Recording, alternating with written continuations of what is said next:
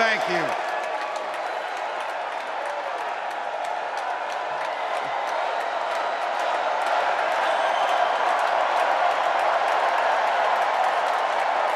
Wow. Well, thank you. Thank you, first of all, to Vice President Harris. Thanks for putting your trust in me and for inviting me to be part of this incredible campaign. And a thank you to President Joe Biden for 4 years of strong, historic leadership.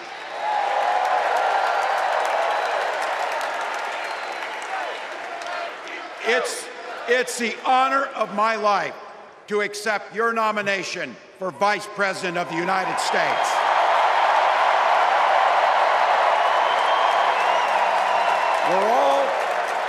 We're all here tonight for one beautiful, simple reason. We love this country. So thank you to all of you here in Chicago and all of you watching at home tonight. Thank you for your passion. Thank you for your determination. And most of all, thank you for bringing the joy to this fight.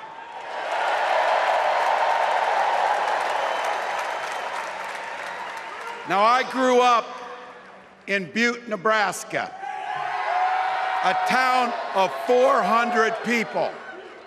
I had 24 kids in my high school class, and none of them went to Yale. But I'll tell you what, growing up in a small town like that, you learn how to take care of each other. That family down the road, they may not think like you do. They may not pray like you do. They may not love like you do. But they're your neighbors. And you look out for them, and they look out for you. Everybody belongs. And everybody has a responsibility to contribute. For me, it was serving in the Army National Guard. I joined up 2 days after my 17th birthday, and I proudly wore our nation's uniform for 24 years. My dad, a Korean War-era Army veteran, died of lung cancer a couple years later. He left behind a mountain of medical debt. Thank God for Social Security survivor benefits. And thank God for the GI Bill that allowed my dad and me to go to college, and millions of other Americans. Eventually, like the rest of my family, I fell in love with teaching. Three out of 4 of us married teachers. I wound up teaching social studies and coaching football at Mankato West High School. Go Scarlets! We ran a 44 defense. We played through to the whistle on every single play, and we even won a state championship. Never closed the yearbook, people. But it was those players and my students who inspired me to run for Congress. They saw in me what I had hoped to instill in them, a commitment to the common good, an understanding that we're all in this together, and the belief that a single person can make a real difference for their neighbors. So there I was, a 40-something high school teacher with little kids, 0 political experience, and no money, running in a deep red district. But you know what? Never underestimate a public school teacher. Never.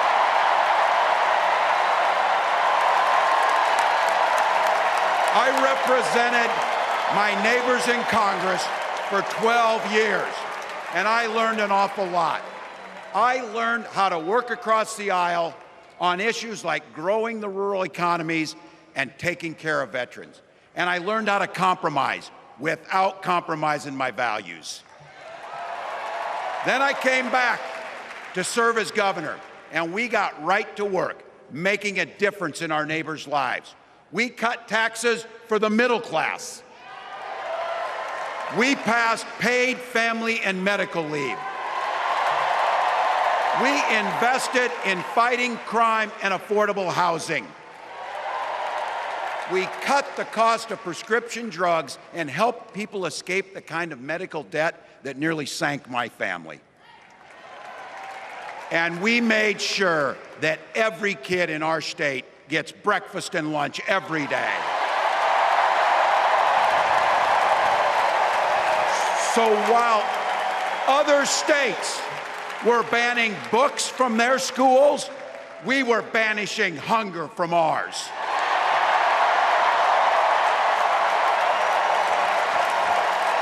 We also protected reproductive freedom because in Minnesota, we respect our neighbors and the personal choices they make. And even if we wouldn't make those same choices for ourselves, we've got a golden rule. Mind your own damn business.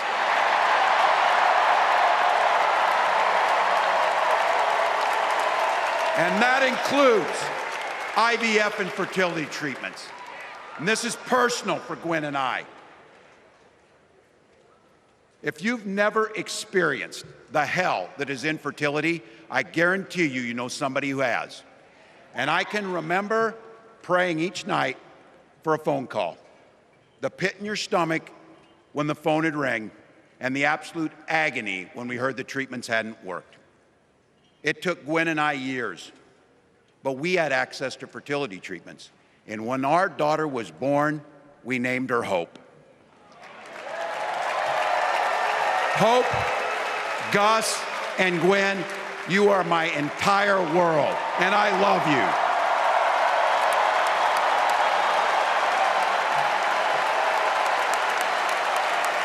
I'm letting you in on how we started a family because this is a big part about what this election is about. Freedom. When Republicans use the word freedom, they mean that the government should be free to invade your doctor's office. Corporations free to pollute your air and water. And banks free to take advantage of customers.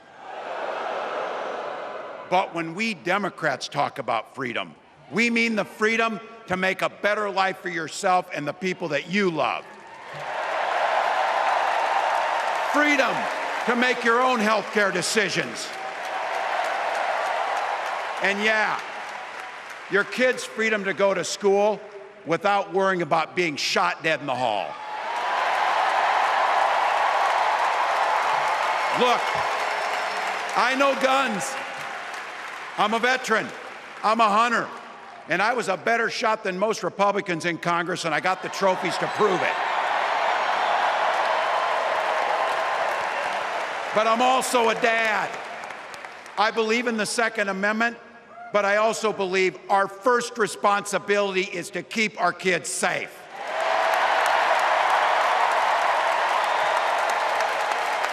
That's what this is all about. The responsibility we have to our kids, to each other, and to the future that we're building together, in which everyone is free to build the kind of life they want. But not everyone has that same sense of responsibility. Some folks just don't understand what it takes to be a good neighbor. Take Donald Trump and J.D. Vance. Their Project 2025 will make things much, much harder for people who are just trying to live their lives. They spent a lot of time pretending they know nothing about this.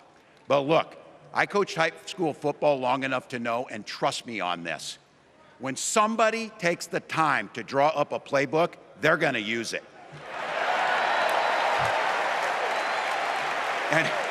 And we know if these guys get back in the White House, they'll start jacking up the costs on the middle class, they'll repeal the Affordable Care Act, they'll gut Social Security and Medicare, and they will ban abortion across this country with or without Congress. Here's the thing. It's an agenda nobody asked for. It's an agenda that serves nobody except the richest and the most extreme amongst us. And it's an agenda that does nothing for our neighbors in need.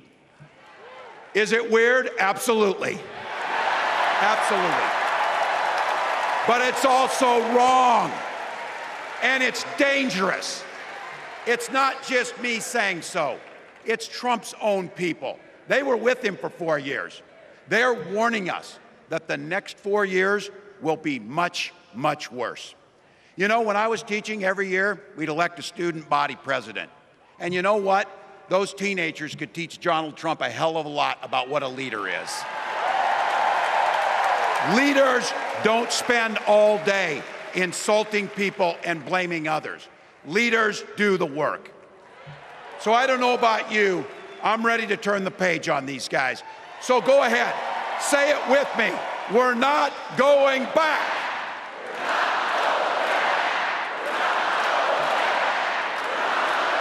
We've got something better to offer the American people. It starts with our candidate, Kamala Harris. From her first day as a prosecutor, as a district attorney, as an attorney general, as a United States senator, and then our vice president, she's fought on the side of the American people. She's taken on the predators and fraudsters. She's taken down the transnational gangs, and she stood up to powerful corporate interests. She has never hesitated to reach across that aisle if it meant improving your lives. And she's always done it with energy, with passion, and with joy. Folks, we've got a chance to make Kamala Harris the next president of the United States.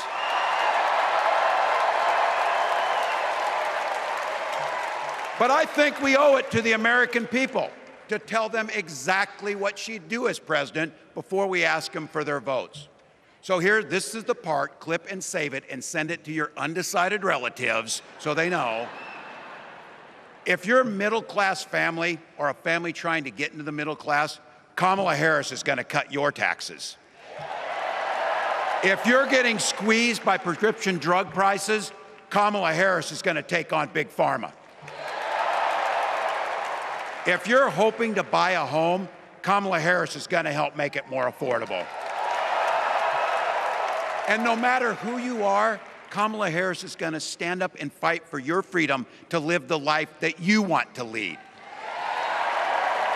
Because that's what we want for ourselves, and it's what we want for our neighbors. You know, you might not know it, but I haven't given a lot of big speeches like this. But I have given a lot of pep talks. So let me finish with this, team. It's the fourth quarter. We're down a field goal, but we're on offense and we've got the ball. We're driving down the field. And boy, do we have the right team. Kamala Harris is tough. Kamala Harris is experienced, and Kamala Harris is ready. Our job for everyone watching is to get in the trenches and do the blocking and tackling. 1 inch at a time, 1 yard at a time, 1 phone call at a time, 1 door knock at a time, 1 $5 donation at a time. Look, we got 76 days. That's nothing. There'll be time to sleep when you're dead. We're going to leave it on the field. That's how we'll keep moving forward. That's how we'll turn the page on Donald Trump. That's how we'll build a country where workers come first. Healthcare and housing are human rights. And the government stays the hell out of your bedroom.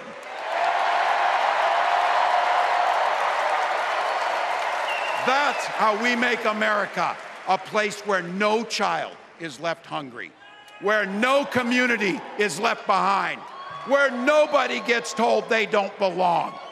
That's how we're gonna fight. And as the next President of the United States always says, when we fight, when we fight, when we fight, thank you. God bless.